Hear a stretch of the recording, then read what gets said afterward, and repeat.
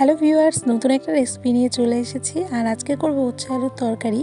গরমের দিনে কিন্তু তেতো খাওয়াটা শরীরের পক্ষে ভীষণ ভালো। আর উচ্ছে আলুর তরকারি করার জন্য উচ্ছে আর আলু আমি এরকম লম্বা লম্বা করে কেটে নিয়েছি। ঘরে ছিল তেলাপিয়া মাছ, এই মাছটা দিয়েই করব রান্নাটা। তো মাছগুলো নুন হলুদ মাখিয়ে কিছুক্ষণ রেখে দিয়েছিলাম। কড়াইয়ে তেল গরম হয়ে গেলে এখন আমি মাছগুলো এক এক করে ছেড়ে দেব। তো মাছগুলো এখন আমি ওলট পালট করে সুন্দর করে ভেজে নেব। তো দেখো মাছগুলো সুন্দর করে ভেজে নিয়েছি। মাছটা ভাজা কমপ্লিট হয়ে গেছে। এখন মাছগুলো আমি তুলে নেব। উচ্ছে বা করলা তরকারি যেমন ভালো লাগে, তেমন উচ্ছে করলা ভাজাও কিন্তু খুব ভালো লাগে। আমি আজকে তরকারিটাই করব। আর এই উচ্ছেগুলো একদম গাছ থেকে ফ্রেশ ফ্রেশ তুলে নিয়ে এসেছি। উচ্ছে রান্না করার আগে উচ্ছেটাকে কেটে ভালো করে জলের মধ্যে ভিজিয়ে রাখতে হয়, তাহলে তেতোটা একটু কম হয়। এখানে দেখো আমি ফোড়নের মধ্যে গোটা জিরে তেজপাতা দিয়ে দিলাম। এবার এর মধ্যে আমি কেটে রাখা আলুগুলো দিয়ে দেবো।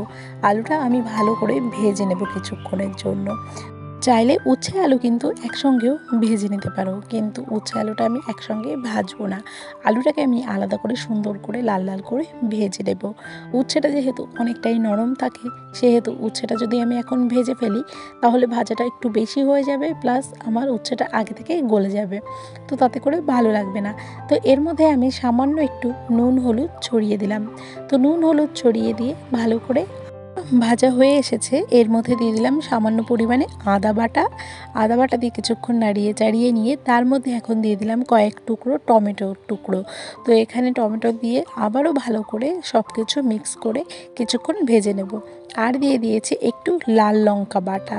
তো লঙ্কা বাটাটা কাঁচা লঙ্কাও দেওয়া যেতে পারে, কাঁচা লঙ্কাগুলো যেহেতু শুকিয়ে লাল হয়ে গেছে তার জন্য আমি লাল লঙ্কাই দিলাম। তো লঙ্কা বাটা দিয়ে ভালো করে আরও কিছুক্ষণ কষিয়ে নেব। এরপরে দেখো অনেকটা কষানো হয়ে গেছে, আলুটা সেদ্ধ হয়ে এসেছে। তো এরপরে আমি দিয়ে দেবো উচ্ছেগুলো। তো এবার আমি সমস্ত মশলার সঙ্গে উচ্ছেগুলোকেও আরও সুন্দর করে ভেজে নেব কিছুক্ষণের জন্য।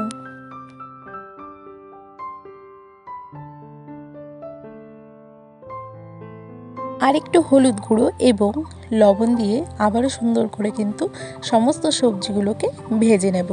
আর সবজি যখন কষাবে বা ভাজবে তখন এই লবণ হলুদটা দিলে কিন্তু বেশ ভালো হয়। তো এখন আমি সম্পূর্ণ সবজিটাকে সুন্দর করে ভেজে কষিয়ে নেব অনেকক্ষণ সময় নিয়ে। এর মধ্যে আমি সামান্য পরিমাণে জিরে গুঁড়ো অ্যাড করলাম।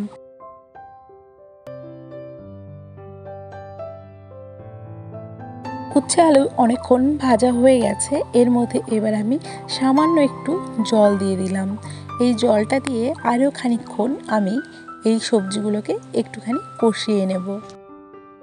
সবজি রান্না করার সময় যত ভালোভাবে ভাজা যাবে সবজিগুলোকে, কাঁচা গন্ধটা কিন্তু একদম থাকবে না এবং এতে করে সবজির টেস্টও অনেক দারুণ হবে। তোমরা চাইলে এইভাবে সবজি কিন্তু ভেজে রান্না করতে পারো। তারপরে আমি এর মধ্যে দিয়ে দিলাম পরিমাণ মতো জল।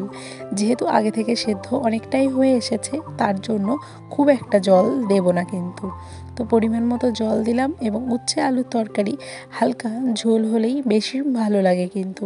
তো এবার দেখো ঝোলটা ফুটে এসেছে, আমি খানিকক্ষণ ঢাকা দিয়ে রেখেছিলাম। তো এর মধ্যে এবার আমি ঢাকা তুলে মাছগুলো দিয়ে দেব।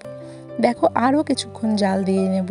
তো দেখো জাল অনেকটা হয়ে এসেছে, ঝোলটা আমার ভালোই ফুটে গেছে আর সবজিগুলো তো পুরো সেদ্ধ হয়ে গেছে। সবজিটা যাতে একটু গাঢ় হয় তার জন্য আমি কয়েকটা আলু তুলে এর মধ্যে আলুটাকে গলিয়ে দিয়ে দিয়েছি। এতে করে সবজির টেস্টটাও ভালো হয় এবং ঝোলটাও কিন্তু হালকা গাঢ় গাঢ় হয়। তো ফাইনালি সবজি রান্না হয়ে গেছে, উচ্ছে আলুর তরকারি। দিনে খুব একটা বেশি তেতো খেতে পছন্দ না করলে এইভাবে উচ্ছে আলু তরকারি রান্না করে খেতে পারো। এতে করে তেতোটাও খাওয়া হয়ে যাবে এবং একটা সুন্দর রেসিপিও ট্রাই করা হয়ে যাবে। তো আজকের ভিডিওটা এখানেই শেষ করছি।